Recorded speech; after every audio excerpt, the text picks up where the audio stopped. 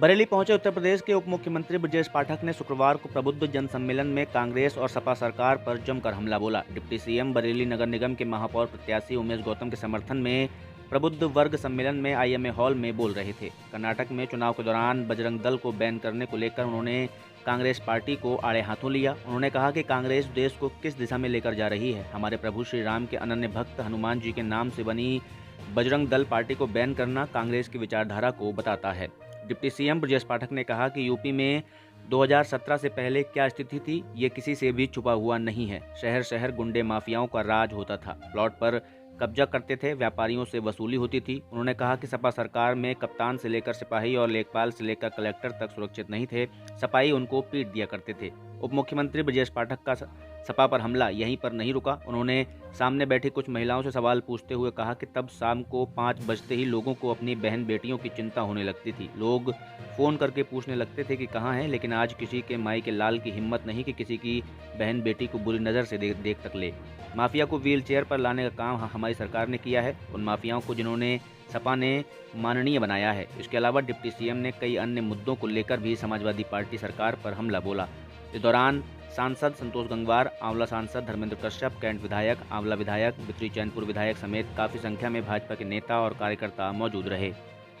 देखिए, प्रथम चरण के मतदाताओं ने जिस ढंग से भारतीय जनता पार्टी को समर्थन दिया, अपने घर से निकल करके, मैं दावे के साथ कह सकता हूं कि सभी नगर निगमों में, नगर पंचायतों में और नगर पालिका परिषदों में भारतीय जनता पार्टी प्रचंड बहुमत से आ रही है।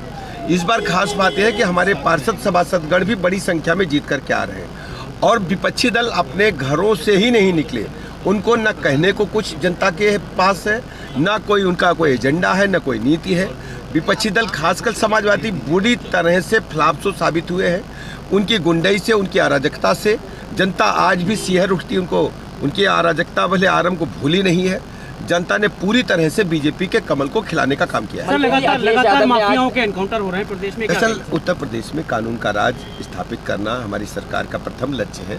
हमने 2017 में ही कहा था कि हम उत्तर प्रदेश को भयमुक्त समाज देंगे। हर स्थिति में उत्तर प्रदेश में हम अदालत के माध्यम से पैरवी करके अपराधियों को सजा दिलाने के लिए प्रतिबद्ध हैं। अखिलेश यादव कह रहे हैं कि लगातार बूथ कैप्चरिंग की गई है, बेईमानी की गई है। आपको पता है, आप भी भैया परीक्षण कर लो, हर स्थिति में निष्पक्ष और पारदर्शी चुनाव हो।